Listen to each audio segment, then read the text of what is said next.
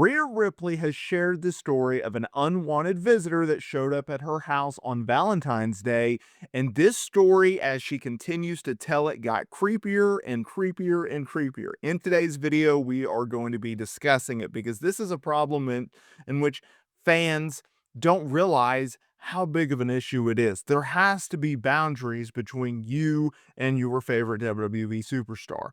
The idea of just going up to their house on a random Tuesday or whatever, just the idea of going up to their house is crossing the line. Don't do it if you are considering it. These people are actual human beings. I understand they appear on your television stream, but let's not get creepy and weird. Now, look, there have been multiple reports of talents having to deal with unwanted fan attention, especially in recent months. It's almost like this thing's like heating up. And we've heard for years of incidents where fans are waiting for wrestlers at their hotels or they're waiting at the airport and they're trying to get them to sign some autographs. I've made it very clear that I think that WWE should have security in place for its talent, especially female talent, when traveling. Okay. If you could organize an international trip where everyone has to fly out at the same time, you can organize a personal bodyguard for a group of talent. Just my opinion, okay? Because this is ridiculous. The Undertaker has talked about there was a fan that jumped his gate and showed up at his door, and he's like, "What are you doing?" Rhea Ripley has talked about how there was a woman that just showed up in her driveway, and a situation where the chick just creepily stared into her Ring camera. Well, now there's another incident because she was on the Cheap Heat podcast with Peter Rosenberg, and she shared that one fan decided to turn up at her home with a poem on Valentine's Day about being meant to be together. Now, thankfully, Ripley was back in Australia at the time, but saw the incident on her Ring camera. Okay, is what she'd say. I had someone rock up on Valentine's Day, this past Valentine's Day, and luckily I was in Australia because, like, she just stared into my Ring camera. She left, like, a poem under my door saying that, like, we're the sun and the moon and we're meant to be together. And I was like, if I was home, I would have answered the door and I would have been uncomfortable, and I don't want to feel uncomfortable in my own home. Okay. So this is actual context to a previous story in which she's talked about. So in past context, past stories, she just said the chick just showed up and looked into her camera. I didn't realize that she actually read a poem, which is absolutely ridiculous. But hey, props to Rhea on that for giving that little detail. That's a very interesting detail. I feel like you got to add that to the story just to give it a little bit more credence, just to give it a little bit more oomph, because that is crazy. Like the idea of, okay, I'm going to show up at this chick's door. She's not expecting me. I'm just going to randomly show up at this chick's door. I'm going to read a poem about being together, which is weird enough. And then I'm going to creepily stare into her Ring camera. It's crazy, right? And there's been past incidents where fans have felt like they got way too attached to a wrestler and did something. Most notably, and it's hands down the craziest story. And she recently talked about it, detailed it on a interview with Chris Van Vliet. But it was Sonya Deville and the whole home invasion thing, right? So there was a guy, he decided, all right, I'm going to get a weapon, duct tape, and mace, break into her house. Now, luckily, her and Mandy Rose got out of the house before he could get to her, but it was very, very creepy. And now he's dealing with it, right? He's been sentenced to 15 years behind bars, and was committed to a Florida State hospital. So that is good that he's off the streets and Sonya doesn't have to deal with that. But like with Rhea, that's serious.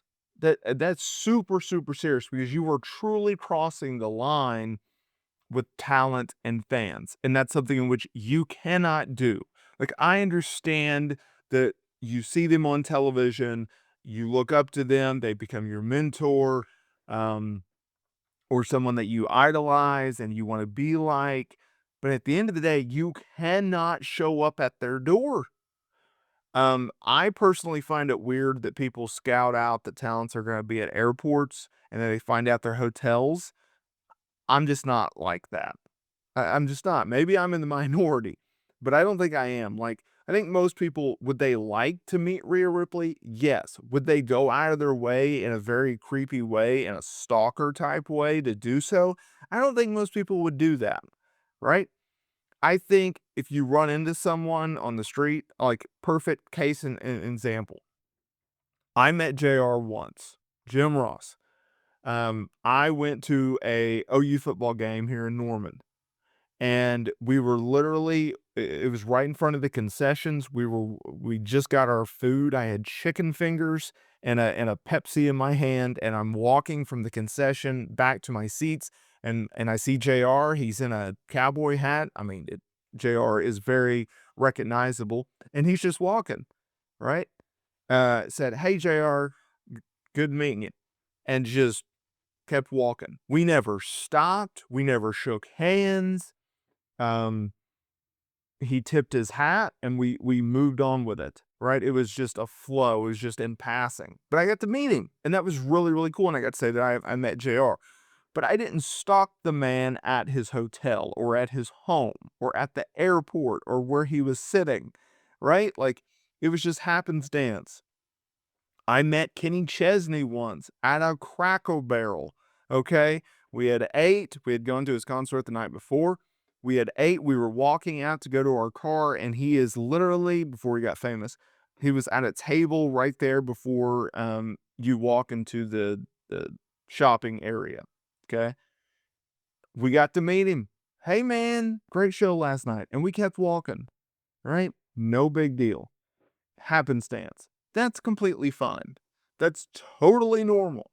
But people going out there and just showing up at wrestlers' houses and airports and just stalking them, not only is that not cool, but that's just straight up weird. And y'all might need a little bit of help. And I hope that these people, because most people, they don't really mean any harm, but it is weird if you are a talent of just, like, always constantly over looking your shoulder and worrying about the situation, especially. And see, here's the thing that I don't think a lot of people understand. It's like, y'all are doing this to females, right? They already feel like they are prey, right?